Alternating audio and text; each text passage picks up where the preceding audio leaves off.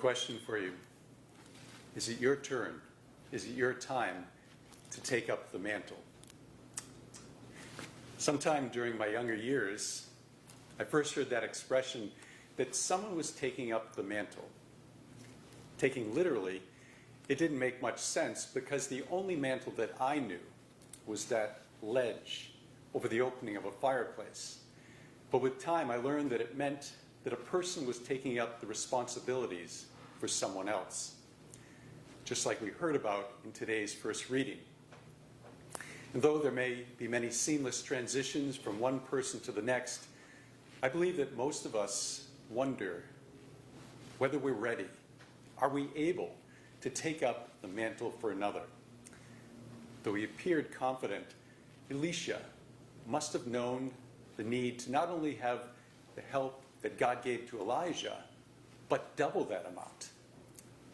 Going back to that term, mantle, in ancient times, it was an outer garment, a cape to ward off the cold. If you've joined us for the rosary, or you were observant when Luke was proclaiming the word, you might have noticed that the Holy Cross seminarians and also priests wear a black cape over their cassock. In a sense, they too have taken up a mantle in their particular discernment of religious life and priesthood in Holy Cross.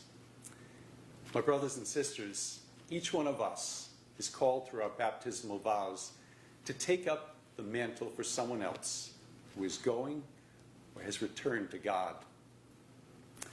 Some are called, like Father Willie Raymond and the other Holy Cross priests, to religious life.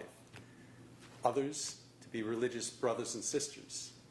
Some to the married life, and some to the single life, caring for others and serving God. But what this reading reminds us is that God has a plan for each one of us to take up the mantle for another, each in our unique way. Elisha had journeyed through his life long enough to receive the faith necessary to ask what he needed, to carry on in Elijah's stead. God's grace was at work during the time that these two men spent together. Elisha saw how God had worked through Elijah.